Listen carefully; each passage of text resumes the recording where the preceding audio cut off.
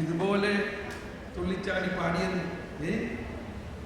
സങ്കീർത്തനം ഇങ്ങനെ പാടാൻ പറ്റുമെന്ന് വിചാരിച്ചിട്ടുണ്ടോ? ഈ സങ്കീർത്തനത്തിന്റെ അർത്ഥം കുറച്ചൊക്കെ ഇവർ മനസ്സിലാക്കി തന്നായിരിക്കില്ലേ? എന്താണ് അതിന്റെ ആദ്യം തന്നെ പറയുന്നത്?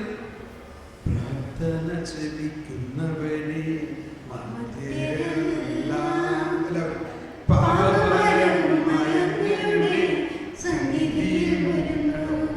അന്നേ പറയുന്നത് ഇതാണ്, നിങ്ങളുടെ പാപഭാരവുമായിട്ട് അങ്ങയുടെ സന്നിധിയിൽ വരുന്നു, അങ്ങേക്ക് കൊടുക്കുക. ഇപ്പൊ നമ്മൾ കുർബാനയ്ക്ക് സ്തോത്ര കാഴ്ച ഇവിടെ അർപ്പിച്ച മാതിരി കുർബാനയിൽ നമ്മൾ അർപ്പിക്കാറുണ്ടല്ലോ. എന്നിട്ട് പോണ സമയത്ത് ആ ബക്കറ്റിൽ നിന്ന് കാശ് എടുത്തുകൊണ്ട് പോവുക. നമ്മൾ സമർപ്പിച്ചു എന്ന് പറഞ്ഞാൽ നമ്മളുടെ കയ്യിൽ നിന്ന് അത് കൊടുത്തു, അത് കർത്താവ് എടുത്തു.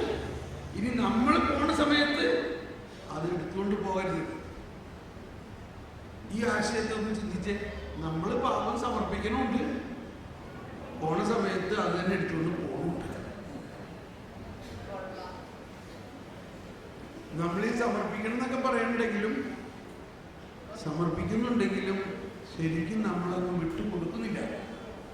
ഇവിടെ ഈ സങ്കീർത്തനത്തിൽ മുഴുവൻ പറയുന്നത് അന്ത്യദിനത്തിലെ വിജയകരമായ അവസ്ഥയെക്കുറിച്ചാണ്. എന്താണ് അന്ത്യദിനത്തിൽ സംഭവിക്കുന്നത്? ഒരു കൊയ്ത്തിന്റെ ചിത്രമാണ് അന്ത്യം. യോഹന്നാൻ മൗന്താന തന്നെ പറഞ്ഞിട്ടുണ്ട്, ഞാൻ നിങ്ങൾക്ക് പശ്ചാത്താപത്തിന്റെ മാമോദീസ തരണം. വാസ്തവത്തിൽ നമ്മളിപ്പോഴും ഈ പശ്ചാത്താപത്തിന്റെ മാമോദീസയെ കുറിച്ചാണ് ഇപ്പോഴും വചനം പ്രഘോഷിച്ചുകൊണ്ടിരിക്കുന്നത്. പാപം പശ്ചാത്താപം, പാപം പശ്ചാത്താപം, പാപം പശ്ചാത്താപം എന്ന് പറഞ്ഞാൽ നമ്മളിപ്പോഴും സ്നാപയോഹന്നാൻ വരെ എത്തിയിട്ടുള്ളൂ. ഇതൊക്കെ പറയുമ്പോൾ എന്നോട് ക്ഷമിക്കണേ. ഈശോ എന്ത് പറഞ്ഞു? ഈശോ പറഞ്ഞു, നിയമവും പ്രവാചകന്മാരും സ്നാപയോഹന്നാൻ വരെ ഉള്ളൂ. അത് കഴിഞ്ഞാൽ ഇത് വായിച്ചേ, ലൂക്ക 16:16 വായിച്ചേ. ലൂക്ക 16-ാം അധ്യായത്തിൽ 16-ാമത്തെ വചനം പറയുന്നത്, ലൂക്ക 16:16.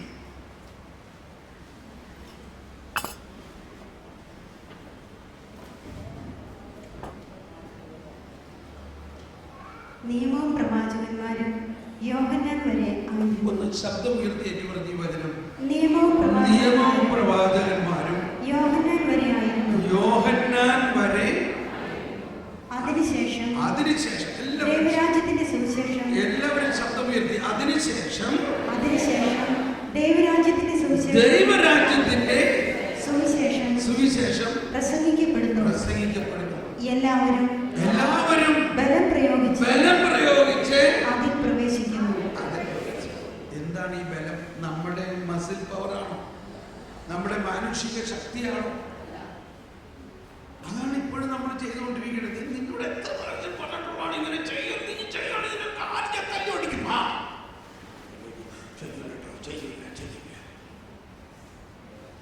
ഇപ്പൊ നമ്മൾ എന്താ പറയണേ? നീ നിന്റെ ബലം ഉപയോഗിച്ച് പാപത്തിൽ നിന്ന് നിന്നെ തന്നെ മാറ്റണം. അതാണ് ഫരിസേയർ പറഞ്ഞുകൊണ്ടിരുന്നത് മുഴുവനും. ഫരിസേയർ പറഞ്ഞുകൊണ്ടിരുന്നത്, നീ പാപം ചെയ്യുകയാണെങ്കിൽ ശിക്ഷ കിട്ടും, ഈ 10 കൽപ്പനകൾ അനുസരിക്കണം, അല്ലെങ്കിൽ നിനക്ക് ശാപമുണ്ടാവും. എഴുതിയിട്ടില്ലേ? എവിടെ? പുറപ്പാടിന്റെ പുസ്തകത്തിൽ 20-ാം അധ്യായത്തിൽ ഇന്ന വചനം പറയണം, നിങ്ങളുടെ ഈ കർത്താവിന്റെ ഈ കൽപ്പനകൾ നിങ്ങൾ അനുസരിക്കുന്നില്ലെങ്കിൽ നിങ്ങളുടെ ഇത്ര തലമുറകൾ ശാപമുണ്ടാവും. അപ്പൊ ആ വചനം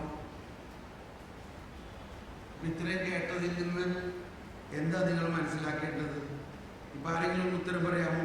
ഇപ്പൊ നിങ്ങളോട് ആരെങ്കിലും പറയണം, ഈ മാസം ഇങ്ങനെയൊക്കെ പറയും, കണ്ടോ മോശം പറഞ്ഞേക്കുന്നത്, ഇന്നമായൊക്കെ ചെയ്താണെങ്കിൽ നിങ്ങൾക്ക് ശാപമുണ്ടാകും. എത്ര തലമുറ?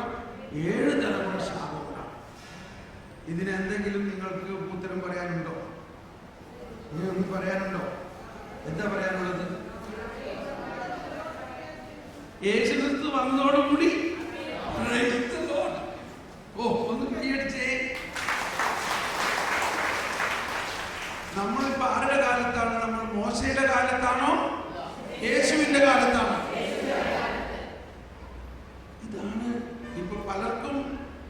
ധ്യാനത്തിൽ മുഴുവനും കൂടിയിട്ടില്ലെങ്കിൽ ഒരു കൺഫ്യൂഷൻ ഉണ്ടാവും ഇത്രയും നാളും.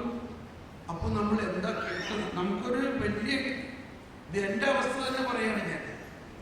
ഞാൻ ഈ രഹസ്യം മനസ്സിലായി കഴിഞ്ഞപ്പോൾ ആദ്യം എനിക്കുണ്ടായ ഇത്രയും നാളും നമ്മൾ ഇത് മനസ്സിലാക്കിയില്ലോ. നമ്മൾ ബൈബിളിൽ നിന്ന് എവിടെന്നെങ്കിലും ഒരു ഒറ്റ വചനം എടുത്തുകൊണ്ട് പറയാണത് നിനക്ക് ശാപം ഉണ്ടാവും, നിനക്ക് ശിക്ഷ ഉണ്ടാവും, അതുണ്ടാവും, ഇതുണ്ടാവും എന്ന് പറഞ്ഞ് പേടിച്ച് വിറപ്പിച്ച് വരച്ചു പിടിക്കുകയാണ്. പക്ഷെ ഇവിടെ കർത്താവ് എന്താ പറയണത്? അപ്പൊ നമ്മൾ മനസ്സിലാക്കണം ഈ ബൈബിളിൽ ഞാൻ പറയാൻ പോകുന്ന കാര്യമില്ലെന്നൊക്കെ പറയണം. ഇതാണ് നോട്ട് ഉണ്ടാവാതിരുന്നാലുള്ള ഗുണം. നോട്ടുണ്ടെങ്കിൽ ഞാൻ ആ നോട്ട് അനുസരിച്ച് പറയും. ഇപ്പൊ പറയണത് നിങ്ങളുടെ ഹൃദയത്തിൽ പരിശുദ്ധാത്മാവ് മന്ത്രിക്കുന്നത് എൻ്റെ ഹൃദയത്തിൽ നിന്ന് വരുന്നു. അതായത് ബൈബിളിനെ ഒരു ആശയം നമ്മൾ മനസ്സിലാക്കണം. ഒന്ന് ക്രോണോസ്, പിന്നെ രണ്ട് കൈറോസ്. ഈ രണ്ട് വാക്ക് എന്താണത്? Kronos and kairos. ക്രോണോസ് എന്ന് പറഞ്ഞാൽ ക്രോണോളജി, ക്രോണോമീറ്റർ. ക്രോണോമീറ്റർ എന്ന് പറഞ്ഞാൽ ഈ വാച്ചിനെ പറയുന്നത് ക്രോണോമീറ്റർ. ഏതുപോലെ തെർമോമീറ്റർ കേട്ടിട്ടുണ്ട്. തെർമോമീറ്റർ എന്തിനുള്ളതാണ്? തെർമോ എന്ന് പറഞ്ഞാൽ ചൂട് അളക്കാനുള്ള യന്ത്രമാണ് തെർമോമീറ്റർ. സമയം അളക്കുന്ന യന്ത്രമാണ് വാച്ച് അല്ലെങ്കിൽ ക്രോണോമീറ്റർ. അതോർത്താൽ ക്രോണോ. അപ്പൊ ക്രോണിക്കൽ എന്ന് പറഞ്ഞാൽ സമയാസ്പദമായ എഴുതപ്പെട്ടിട്ടുള്ളത്, അതായത് സമയത്തിന്റെ അനുസരിച്ച്. അപ്പൊ ബൈബിളിൽ ഈ പഴയ നിയമം മുഴുവനും ക്രോണോസ് ആണ്. അതായത് ആ പഴയ കാലഘട്ടം മുതൽ അനുദിനമായ വർഷക്കണക്കിനുള്ള സംഭവങ്ങൾ. എന്നാൽ കൈറോസ് എന്ന് പറഞ്ഞാൽ ഒറ്റ സംഭവമാണ്, ഏറ്റവും പ്രധാനപ്പെട്ട ഒരു സംഭവം. അപ്പൊ ബൈബിളിൽ കൈറോസ് എന്ന് പറയുന്നത് അല്ലെങ്കിൽ ഖേറോസ് എന്ന് പറയുന്നത് യേശുവിൻ്റെ പീഠാനുഭവവും മരണവും ഉത്ഥാനവുമാണ്. യേശു സംഭവമാണ് ഖേറോസ്. അപ്പോൾ ഈ ബൈബിളിൽ പഴയ നിയമം മുഴുവനും എന്തിനാണ് വന്നത്? പഴയ നിയമം മുഴുവനും കാറ്റഗിസം ഓഫ് കാത്തലിക് ചർച്ച് പഴയ നിയമം മുഴുവനും വന്നത് ക്രോണോസ് ആണ്. അതെന്തിലേക്ക് വിരൽ ചൂണ്ടുന്നു? അത് വരാനിരിക്കുന്ന എന്നാൽ നമ്മളെ സംബന്ധിച്ച് വന്നു കഴിഞ്ഞ കൈറോസിലേക്ക് വേണ്ടിയാണ്. അതായത് യേശു സംഭവത്തിന് വേണ്ടിയുള്ള ഒരുക്കമായിരുന്നു ഈ പഴയ നിയമം മുഴുവനും. നമ്മൾ ആ മണവാളന്റെ കാര്യം പറയുന്നത് മനസ്സിലായില്ലേ? മണവാളൻ അമേരിക്കയിലാണ്, കല്യാണം നിശ്ചയിച്ചു, ആള് വന്നിട്ടില്ല, ആളവിടെ നിന്ന് പടങ്ങൾ അയച്ചിരിക്കുന്നു, നമുക്ക് ഇഷ്ടമായി. അവസാനം മണവാളൻ നേരിട്ട് വന്നിരിക്കുന്നു. ഇനി നമ്മൾ എന്ത് നോക്കണം? അയാൾ അയച്ച പടം നോക്കണോ? ആ ആളെ നേരിട്ട് നോക്കണോ? എളുപ്പം മനസ്സിലായില്ലേ? എന്ന പോലെ 1961 കാറ്റഗിസത്തിൽ പറയുന്നത് പഴയ നിയമം ആവിഷ്കൃത നിയമത്തിന്റെ പ്രഥമഘട്ടമാണ്. അതിൻ്റെ ധാർമ്മിക ബന്ധനങ്ങൾ 10 പ്രമാണങ്ങൾ സംഗ്രഹിച്ചിട്ടുണ്ട്. എന്നാൽ അടുത്തത് പഴയ നിയമം സുവിശേഷത്തിനു വേണ്ടിയുള്ള ഒരുക്കമാണ്. 65 പറയാണ് പുതിയ നിയമം അഥവാ സുവിശേഷ നിയമം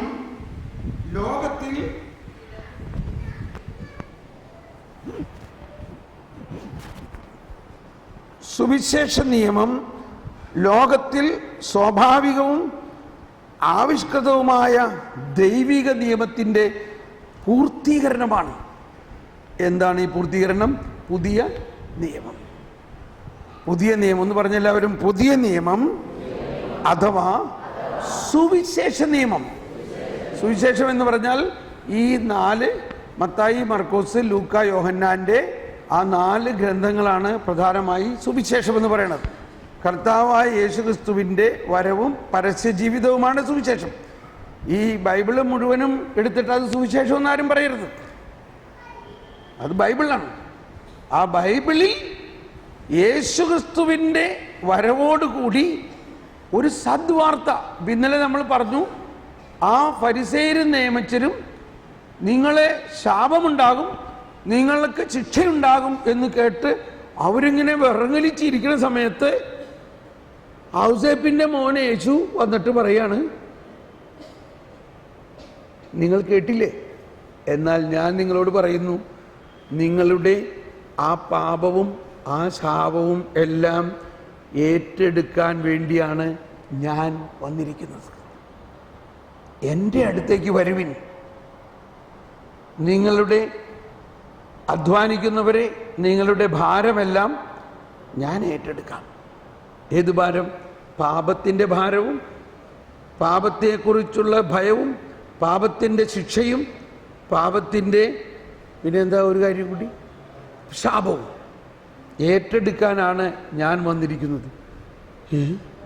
ഇത് കേട്ടപ്പോൾ അവിടെ ഇരുന്ന ആളുകൾക്ക് തോന്നുകയാണ്, അവർ പരസ്പരം പറയാണ്, എടോ ഇതൊരു നല്ല വാർത്തയാണല്ലോ, ഇതാദ്യമായിട്ടാണല്ലോ ഇങ്ങനൊരു കാര്യം ഞങ്ങൾ കേൾക്കണേ. ഇങ്ങനൊരു കാര്യം ഞങ്ങളുടെ നേതാക്കന്മാരാരും ഞങ്ങളെ പഠിപ്പിച്ചിട്ടില്ലല്ലോ. അതാണ് മലയിലെ പ്രസംഗത്തിൻ്റെ അവസാനത്തിൽ പറയുന്നത്, അവർ കേട്ടിരുന്നവർ ആശ്ചര്യപ്പെട്ടു. കാരണം ഇതുപോലെ ഒരു പ്രബോധനം ഞങ്ങളുടെ റബ്ബായിമാരാരും പറഞ്ഞിട്ടില്ല. അപ്പോൾ അവരിങ്ങനെ പറയാൻ തുടങ്ങി, ഇതൊരു സദ്വാർത്തയാണല്ലോ, സുവിശേഷം, this is A good news. അങ്ങനെയാണ് സുവിശേഷം എന്നുള്ള പേര് ഉണ്ടാകുന്നത് തന്നെ ഈ അവസരത്തിലാണ്. അപ്പോൾ ഈ ഫരിസേയരുടെ ശിഷ്യന്മാര് ആരായിട്ട് മാറി? അവരത് വിട്ടിട്ട് യേശുവിൻ്റെ പിന്നാലെ. അതാണ് യേശുവിൻ്റെ പിന്നാലെ. അതുകൊണ്ട് യേശു പറഞ്ഞു, നിങ്ങൾ എൻ്റെ പിന്നാലെ വരുവിൻ, ഞാൻ നിങ്ങളുടെ പാപവും ശാപവും എടുക്കാൻ വേണ്ടിയാണ് വന്നിരിക്കുന്നത്. പക്ഷേ മോശയിലും എസെക്കിയേലിലും എല്ലാം പറഞ്ഞിട്ടുള്ളത് ഇത് തന്നെയാണ്. അപ്പോൾ മോശയിൽ പറഞ്ഞിട്ടുള്ളത്, പത്രോസ് പന്തക്കുസ്ത ദിവസം എടുത്തു പറഞ്ഞു. പന്തക്കുസ്ത കഴിഞ്ഞിട്ട് പത്രോസിൻ്റെ പ്രഭാഷണത്തിൽ ഈ മോശയുടെ പ്രമാണങ്ങളെ മാത്രം അധിഷ്ഠിതമായി ജീവിക്കുന്നതിലൂടെ മാത്രമേ നിത്യതയുള്ളൂ അല്ലെങ്കിൽ നീതിയുള്ളൂ എന്ന് വിശ്വസിച്ചിരുന്ന ഫരിസേയരും യഹൂദരുടെയും മധ്യത്തിൽ പത്രോസ് എഴുന്നേറ്റ് നിന്ന് പറയുകയാണ്, 3:22 അപ്പസ്തോല പ്രവർത്തനം 3-ാം അധ്യായം 22-ാമത്തെ വചനത്തിൽ മുതൽ പറയുകയാണ്, പത്രോസ് പറയുകയാണ്, നിയമാവർത്തന ഗ്രന്ഥത്തിൽ നിങ്ങൾ മോശ പറഞ്ഞിട്ടുണ്ട്,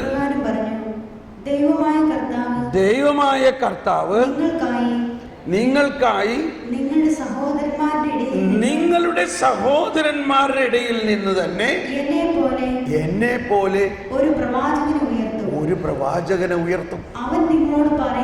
അവൻ നിങ്ങളോട് പറയുന്നതെല്ലാം നിങ്ങൾ കേൾക്കണം എന്നാര് പറഞ്ഞിരിക്കുന്നു?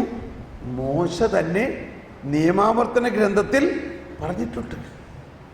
അതുകൊണ്ടാണ് ഈശോ പലപ്പോഴും പറയാറുള്ളത്, എന്നെക്കുറിച്ച് നിങ്ങൾ ഈ പറയുന്ന മോശ തന്നെ പറഞ്ഞിട്ടുള്ളത് നിങ്ങൾ എന്താ വിശ്വസിക്കാത്തത്? ഇപ്പോൾ കൺഫ്യൂഷൻ മാറിയോ? ഇനി നിങ്ങൾ ആത്മാർത്ഥമായിട്ട്, നമ്മളൊന്നുകൊണ്ട് വിഷമിക്കേണ്ട, എന്തെങ്കിലും ഒരു ചോദ്യം ഉണ്ടെങ്കിൽ ഒന്നിപ്പോൾ ചോദിക്കും, അല്ലെങ്കിൽ സംശയം ഉണ്ടെങ്കിൽ ചോദിച്ചോളൂ. സംശയം ചോദിച്ചെന്ന് വിചാരിച്ചിട്ട് നിങ്ങളാരും കളിയാക്കാനൊന്നും പോണില്ല. പലർക്കും ചോദിക്കണമെന്നുണ്ട്, ധൈര്യമില്ലാത്തതുകൊണ്ട് ചോദിക്കുന്നില്ല. ആർക്കെങ്കിലും അത് ചോദിക്കാൻ തോന്നുന്നുണ്ടെങ്കിൽ ചോദിച്ചോളൂ. ഇനി അടുത്ത് വന്നാലേ കേൾക്കുള്ളൂ, കുറച്ചിങ്ങ് അടുത്ത് വായോ. അങ്ങനെ സംശയം, എന്ത് സംശയം ഉണ്ടെങ്കിലും ചോദിച്ചോളൂ. പ്രധാനമായിട്ട് ഈ വിശുദ്ധ ലിഖിതവുമായിട്ട് ബന്ധപ്പെട്ടുള്ള കാര്യങ്ങൾ, രാഷ്ട്രീയ കാര്യമൊന്നും എന്നോട് ചോദിച്ചാൽ നമുക്കൊന്നും പറയാൻ പറ്റില്ല. ഇപ്പോൾ നമ്മൾ ഈ 5 ദിവസം, ഈ 4 ദിവസം കഴിഞ്ഞ കേട്ട കാര്യങ്ങളും വിശുദ്ധ ലിഖിതവുമായിട്ട് ബന്ധപ്പെട്ടിട്ടുള്ള കാര്യങ്ങളിൽ ഉള്ള സംശയങ്ങൾ ചോദിക്കാം. പറഞ്ഞോളൂ. ഇങ്ങോട്ട് വായോ, ഇങ്ങോട്ട് കയറി വായോ. പറഞ്ഞോ.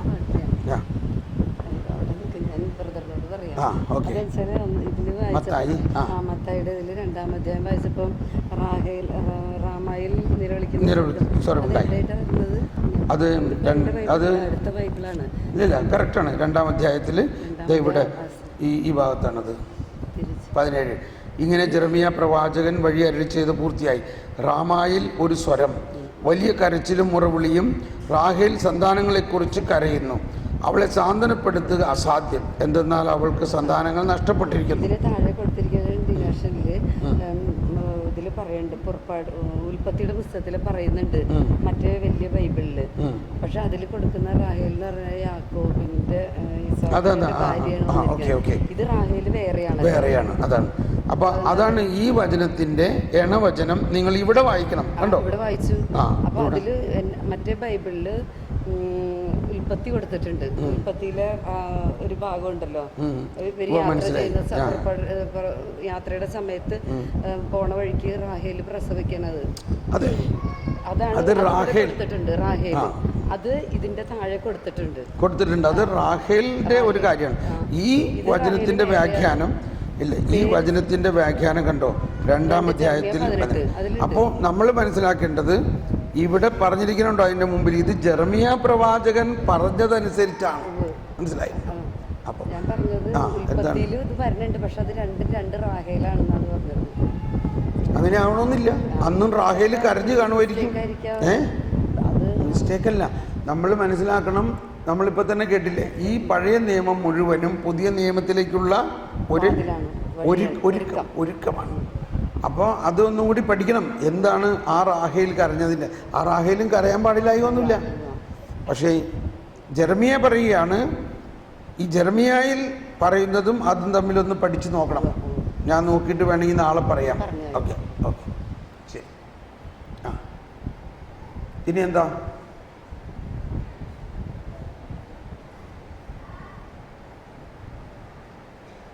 അപ്പോൾ ആർക്കും ഒരു സംശയമില്ല, എല്ലാവർക്കും എല്ലാം മനസ്സിലായി. ധൈര്യമായിട്ട് പറയൂ. എന്തെങ്കിലും കൺഫ്യൂഷൻ ഉണ്ടോ?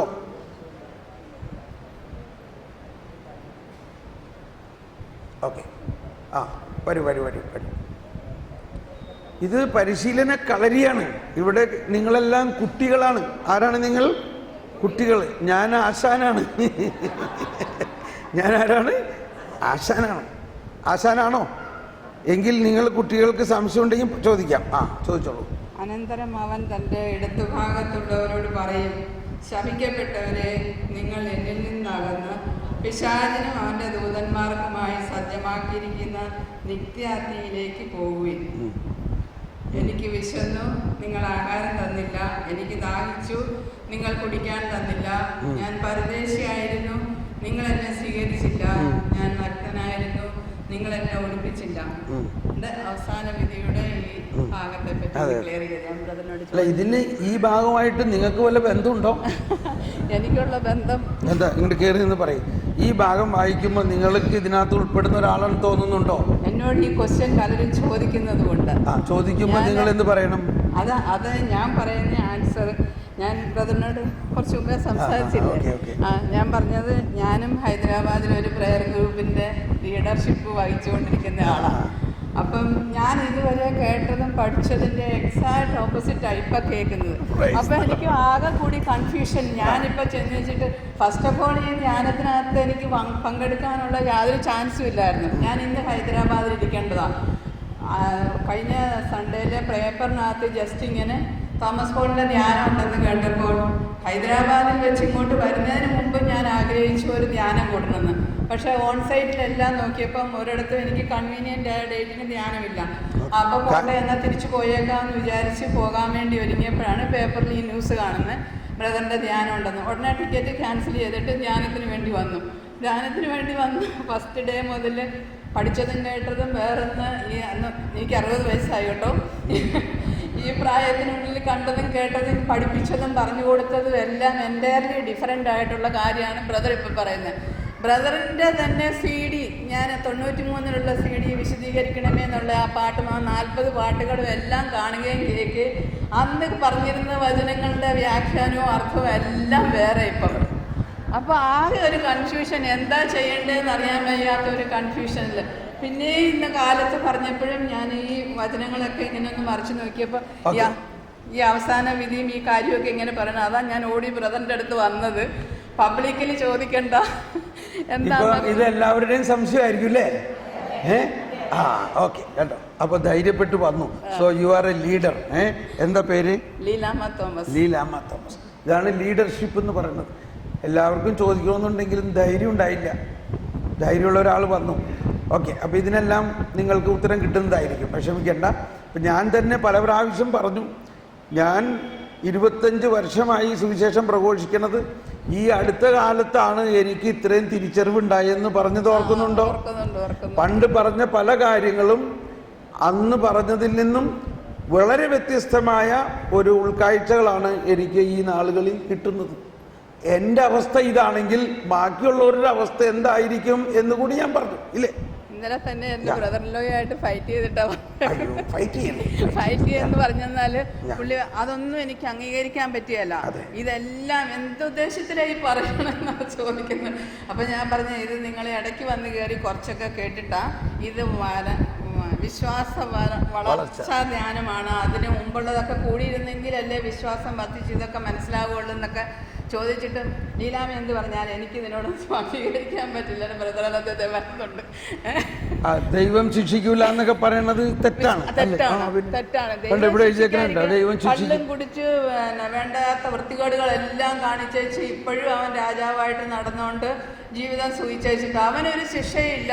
ദൈവത്തെ ഭയപ്പെട്ട് പള്ളിയിലും പോയി വചനം വായിച്ചാലൊക്കെ ഞങ്ങൾക്കാണോ ശിക്ഷ കിട്ടാൻ പോകുന്നത്? അപ്പൊ പിന്നെ ബാക്കിയുള്ളവരെന്താ എങ്ങനെയാണ്? അപ്പോൾ നമുക്ക് ഇതിന് ഉത്തരം പറയാം. ഓക്കെ, എന്നാൽ ശരി, താങ്ക് യു ലീല. അപ്പോൾ ഇതാണ് ഞാൻ ആദ്യമേ പറഞ്ഞു, നമ്മളിൽ ഉള്ള കരുണ, കർത്താവ് കരുണ മാത്രമാണ് എന്ന് മനസ്സിലാകുന്നതിന് ആണ് ജ്ഞാനം വേണ്ടത്. ഇപ്പം ഇതിനു മുമ്പ് നമ്മളെല്ലാം കേട്ട് പരിചയമുള്ള ഒരു ഉപമ പറയാം. ഏതുപമയാണ്? മുടിയനായ പുത്രൻ്റെ ഉപമ, ഇല്ലേ? ഈ മുടിയനായ പുത്രൻ്റെ ഉപമയിൽ 3 കാര്യങ്ങളാണ് അവിടെ ഉള്ളത്.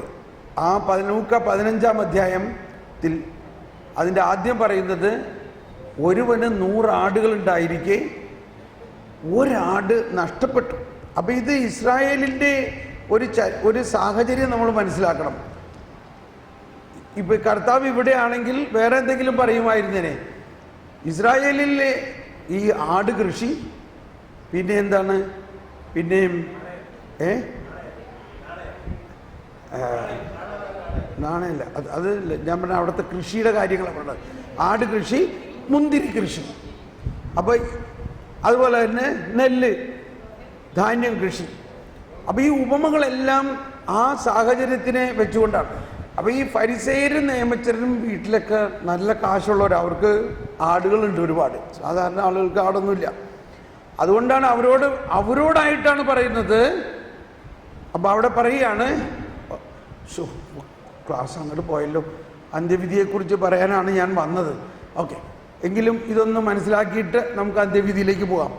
ലൂക്ക 15:1 പറയുന്നത്, 15:1, ചുങ്കക്കാരൻ പാപികളുമെല്ലാം അവന്റെ വാക്കുകൾ കേൾക്കാൻ അടുത്ത് വന്നു. കണ്ടോ?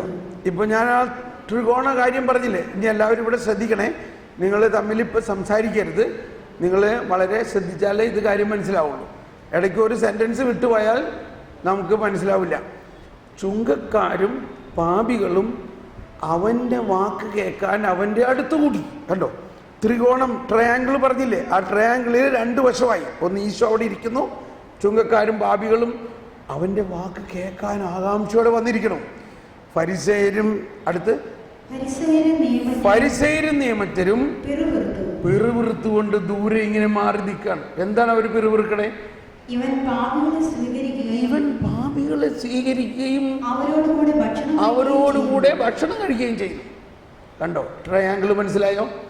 എന്താണ് അവിടെ? യേശു, ചുങ്കക്കാരും പാപികളും, ഫരിസേയരും. ഈ അവസ്ഥയിൽ ഇനി യേശു അടുത്ത സെന്റൻസ് പറയണത് കേട്ടോ. അവൻ അവരോട് ഈ ഉപമ പറഞ്ഞു. ആരോട്? ഈ പിറുപിറുത്തുകൊണ്ടിരിക്കുന്ന ഫരിസേയരോട്. ഇനി ആണ് വായിക്കേണ്ടത്, മനസ്സിലായോ? അപ്പോൾ ഈ 15-ാം അധ്യായത്തിന്റെ മുഴുവൻ കോണ്ടെസ്റ്റ് മനസ്സിലാക്കണം. കോണ്ടെസ്റ്റ് ഇല്ലേ? അവരോട്. എന്നിട്ട് പറഞ്ഞു, നിങ്ങളിൽ ആരാണ്? ഞാൻ പെട്ടെന്ന് പറയാം കേട്ടോ. ഒരുവന് 100 ആടുകളുണ്ടായിരിക്കെ, അത് അവരുടെ വീട്ടിലെ കാര്യമാണ്, അവരുടെ വീട്ടിലെ കാര്യമാണ്. നിങ്ങൾക്ക് 100 ആടുകളുണ്ട്, വൈകുന്നേരം ആയപ്പോൾ ഒരു ആടിനെ കാണാനില്ല. അപ്പോൾ അവർ ഈ ആടുകളെ ദൂരത്തിൽ, അപ്പോൾ മരുഭൂമിയാണ് അധികം സമയം, അതിലിടയ്ക്കൊക്കെ ഇങ്ങനെ പച്ച പിടിച്ച് കാണാം.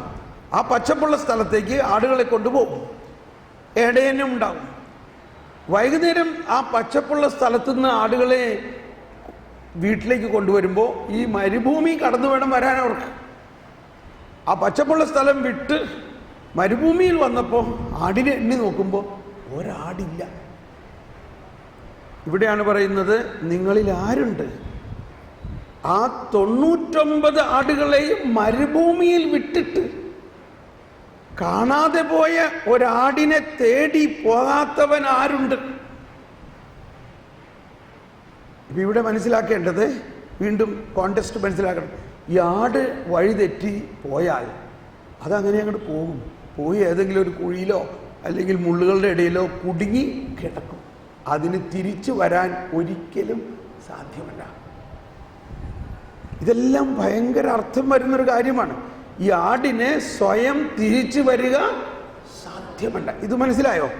ആട് ഇങ്ങനെ അങ്ങ് പോയി, കുറേ മുള്ളുകളുടെ ഇടയിൽ അത് കുടുങ്ങി, തിരിച്ചു വരാൻ അതിന് വഴി അറിയില്ല. ഇത് ഞാൻ പറയുമ്പോൾ നിങ്ങൾ മനസ്സിലാക്കുന്നുണ്ടോ?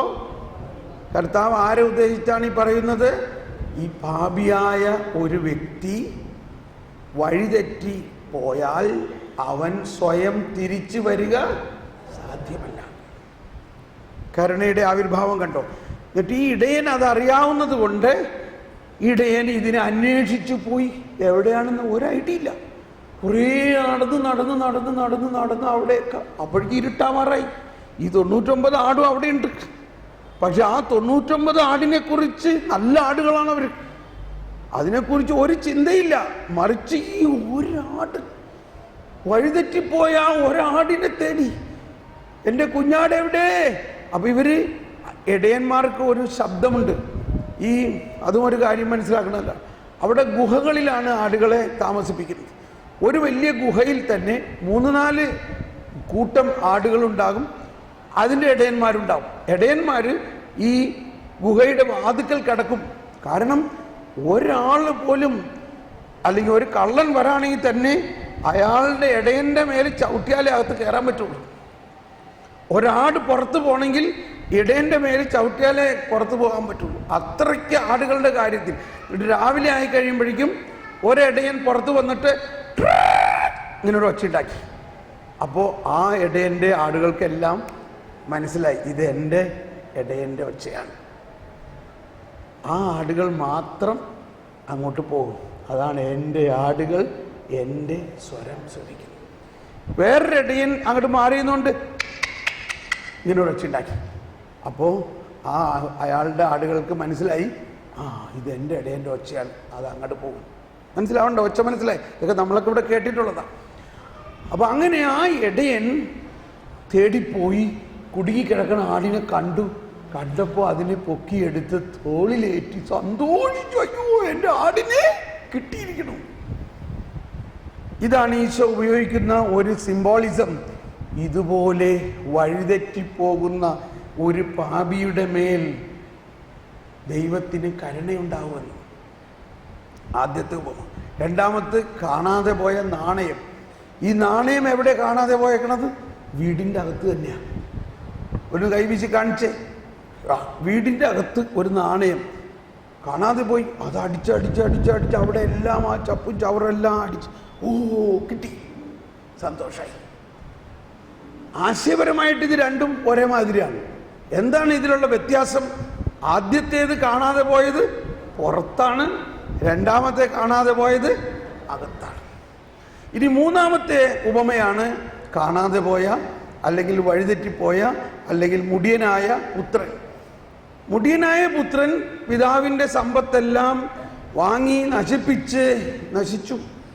അവിടെ നിന്ന് തിരിച്ചു വരുന്നു. ഇത് നമ്മൾ ഇഷ്ടം പോലെ കേട്ടിട്ടുള്ളതാണ്. പക്ഷേ അതല്ല ആ ഉപമയുടെ ക്ലൈമാക്സ്. നമ്മൾ ആ മുടിയനായ പുത്രൻ തിരിച്ചു വരുന്നതിനെ കുറിച്ച് ഒരുപാട് വർണ്ണിച്ചിട്ടുണ്ട്. അവൻ പന്നിക്കുഴിയിൽ പോയി, അവൻ നശിച്ചവനാണ്, അവൻ അങ്ങനെയാണ്, ഇവങ്ങനെയാണ്, ഇതൊക്കെ നമ്മൾ കേട്ടിട്ടുണ്ടെങ്കിലും അവൻ തിരിച്ചു വരുന്നത് നോക്കിയിരിക്കുന്ന കരുണാസമ്പന്നനായ പിതാവ്. അവൻ തിരിച്ചു വരുന്നത് കണ്ടപ്പോൾ ഓടിച്ചെന്ന് അവനെ മാറോടണച്ചുകൊണ്ട്, മകനെ, അവന് പറയണമെന്നുണ്ട്, അയ്യോ എന്റെ മകനെ എന്ന് വിളിക്കാൻ ഞാൻ യോഗ്യനല്ല, എന്നൊരു വേലക്കാരനായി കണക്കാക്കിയാൽ മതി. അപ്പം പറയണം, നീ എന്തി പറയണേ, നീ എൻ്റെ മകനാണ്. നമ്മൾ ആലോചിച്ച് നോക്ക്, നമ്മളുടെ മക്കളെ അവരെന്തൊക്കെ ചെയ്താലും മക്കളെന്നുള്ള സ്ഥാനം അവർക്ക് നഷ്ടപ്പെടുമോ? അതാണ് മെയിൻ പോയിന്റ്. നമ്മൾ ആരാ? ദൈവവുമായിട്ടുള്ള ബന്ധത്തിൽ നമ്മൾ ആരാ? നമ്മൾ പാപിയാണോ മക്കളാണോ? നമ്മൾ പാപിയാണെങ്കിലും നമ്മൾ മക്കളാണ്. ഈ മക്കത്തായം, ഈ മക്കളെന്നുള്ള അവസ്ഥയാണ് നമ്മൾക്ക് ഇപ്പോഴും മനസ്സിലാകാൻ പറ്റാത്തത്. അത് മനസ്സിലായാലേ ഈ കംപ്ലീറ്റ് നിയമവും വിധിയെല്ലാം മനസ്സിലാവുള്ളൂ. ഇപ്പം നിങ്ങളുടെ വീട്ടിലൊരു വേലക്കാരനുണ്ട്, അവൻ 10,000 രൂപ കട്ടെടുത്തു, അവനെ പറഞ്ഞു വിട്ടു. ഒരു കുഴപ്പമില്ല, ന്യായമാണ്. അവൻ കട്ടെടുത്തുകൊണ്ട് അവനെ പറഞ്ഞു വിട്ടു, ഡിസ്മിസ്ഡ്. പിറ്റേ ദിവസം നിങ്ങളുടെ ഓമന മകൻ 10,000 രൂപ കട്ടെടുത്തു. അവനെ പറഞ്ഞു വിടാൻ പറ്റുമോ? പറയും.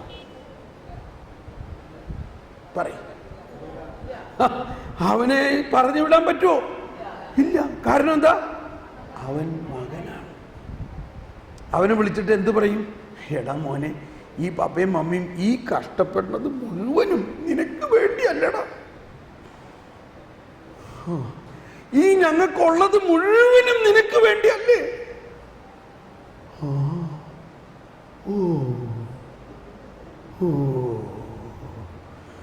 മനസ്സിലായ അമ്മച്ചി, എന്നോട് ക്ഷമിക്കണം. ഇപ്പോഴാണ് ഇതിനാണ് പറയണേ വെളിവ് അല്ലെങ്കിൽ ജ്ഞാനം. അപ്പം അവൻ പറയാം, എന്നാൽ ഇനി ഞാൻ എന്താവശ്യമുണ്ടെങ്കിലും അമ്മച്ചിയോട് ചോദിച്ചോളാം. അപ്പം അമ്മച്ചിയോട് പറ്റി ചോദിക്കുകയാണ്, എനിക്ക് ധ്യാനം കൂടാൻ പോകണം, ഒരു 2,000 രൂപ തായോ? 2,000 രൂപയും കൊണ്ട് മാത്രം നീ ധ്യാനം കൂടാൻ പറ്റുമോ?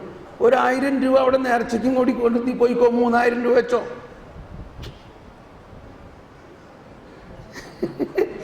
ഇല്ലേ? ഇങ്ങനെ പറയോ ഇല്ലയോ? കണ്ടോ, ചോദിക്കുന്നതിൽ കൂടുതൽ കൊടുക്കുന്ന അപ്പനോ അമ്മയും. ഓക്കെ, അപ്പൊ ഇതാണ് ഇവിടുത്തെ വിഷയം. ഈ മകൻ വന്നപ്പോ പിതാവ് അവനെ അങ്ങ് കെട്ടിപ്പിടിച്ചിട്ട് അവന് പുതിയ വസ്ത്രം കൊടുത്തു, അവന്റെ മകനുള്ള സ്ഥാനം സ്ഥാപിക്കുന്ന മോതിരം കൊടുത്തു, അവനെ സ്വീകരിച്ചു. ഞാൻ പറഞ്ഞു, ഇത്രയും വരെ നമ്മൾ ഈ ഉപമയെക്കുറിച്ച് കേട്ടിട്ടുള്ളൂ. എന്നാൽ ഇതല്ല ഈ ഉപമയുടെ ക്ലൈമാക്സ് എന്ന് പറഞ്ഞാൽ മനസ്സിലായല്ലോ. ക്ലൈമാക്സ് എന്നുള്ളതിന് മലയാളം എന്താ? എനിവേ, കാര്യം മനസ്സിലായി. അത് കഴിഞ്ഞ് ഭയങ്കര സന്തോഷം, വീട്ടിൽ വലിയ ഡാൻസും ഘോഷങ്ങളും നടന്നുകൊണ്ടിരിക്കുന്നു. കാരണം അപ്പനെ സംബന്ധിച്ച് എൻ്റെ മകൻ മരിച്ചുപോയി എന്ന് വിചാരിച്ചവൻ തിരിച്ചു വന്നിരിക്കണം. പക്ഷേ വൈകുന്നേരം ആയപ്പോൾ ചേട്ടായി മൂത്ത സഹോദരൻ വയലിൽ നിന്ന് വരുമ്പോൾ അവനാകെ ഷോക്കടിച്ച്, എൻ്റെ അറിവില്ലാണ്ട് എൻ്റെ വീട്ടിൽ ഇത്രയും വലിയ ആഘോഷം എന്താ ഇവിടെ നടക്കണേ? അപ്പോൾ ഉടനെ വേലക്കാർ നിനക്കറിയില്ലേ, നിന്റെ അനിയച്ചാര് ആ കാണാതെ പോയി അവൻ തിരിച്ചു വന്നേക്കണു, അതുകൊണ്ട് ഞങ്ങളെല്ലാം ഭയങ്കര സന്തോഷം. നിന്റെ അപ്പൻ ഭയങ്കര സന്തോഷമായിട്ട് മുഴുത്ത കാളയെ വെട്ടിയിരിക്കണു. ഈ മുഴുത്ത കാള വെട്ടുക എന്ന് പറഞ്ഞാൽ ഇസ്രായേലിൽ ഒരു ഒരു ഒരു ഒരു ഒരു പ്രോവർ ഒരു വാക്കാണത്. എന്ന് പറഞ്ഞാൽ ഏറ്റവും വലിയ ആഘോഷമാണ് കാളയെ വെട്ടുക എന്ന് പറഞ്ഞാൽ. ഏറ്റവും വലിയ ആഘോഷം എന്ന് പറഞ്ഞാൽ നമ്മൾ വീട്ടിൽ കാളയെ വെട്ടണം എപ്പോഴാണ്? നമ്മുടെ മക്കളുടെ കല്യാണമൊക്കെ ഉണ്ടാകുമ്പോൾ വലിയ കാളയെ വെട്ടി നല്ല ഇറച്ചി ടോപ്പ് ഇറച്ചി കൊണ്ടുള്ള കറി ഉണ്ടാക്കുക എന്ന് പറഞ്ഞാൽ ഏറ്റവും വലിയ ആഘോഷം. അത് മുഴുത്ത കാളയെ വെട്ടുക എന്ന് പറഞ്ഞാൽ ഹൈ ഫീസ്റ്റ് എന്നർത്ഥം. High feast. ഇവനാകെ അപ്സെറ്റ്, എന്തി പറയും, അവൻ സകലതും നശിപ്പിച്ചു വേശികൾക്ക് കൊടുത്ത് തിരിച്ചു വന്നപ്പോൾ അവൻ ഇത്രയും വലിയ, ഇവൻ ദേഷ്യപ്പെട്ട് പുറത്തിരിക്കുകയാണ്, വീട്ടിൻ്റെ അകത്ത് കയറുന്നില്ല.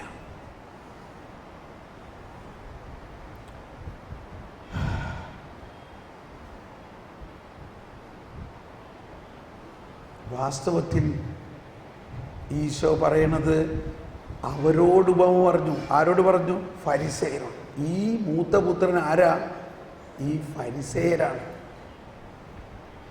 അതാണ് ആ കാണാതെ പോയ നാണയത്തിന് തുല്യം, കാണാതെ പോയ ആടിന് തുല്യം ഇളയ മകൻ പുറത്തുപോയി. അവനെ തേടി കർത്താവ് കൊണ്ടുവന്നിരിക്കുന്നു. എന്നാൽ ഈ മൂത്തപുത്രൻ വീടിൻ്റെ അകത്ത് തന്നെ ആയിരുന്നിട്ടും, അപ്പനോടൊപ്പമായിരുന്നിട്ടും, ഇത് അപ്പനാണെന്നും അവൻ മകനാണെന്നും അവൻ അപ്പൻ്റെ വാത്സല്യവും സമ്പത്തും മുഴുവനും അവൻ അർഹതയുണ്ടെന്നും അവന് മനസ്സിലായിട്ടില്ല. കേട്ടോ, ഈ മകൻ എന്താ പറഞ്ഞെന്ന് എല്ലാവരും കരം വീശിയെന്ന്, എല്ലാവരും ഒന്ന് കൈ വീശിയ. ഇപ്പുറകില്ലേ ഈ ക്ലൈമാക്സ് കേട്ടോളൂ.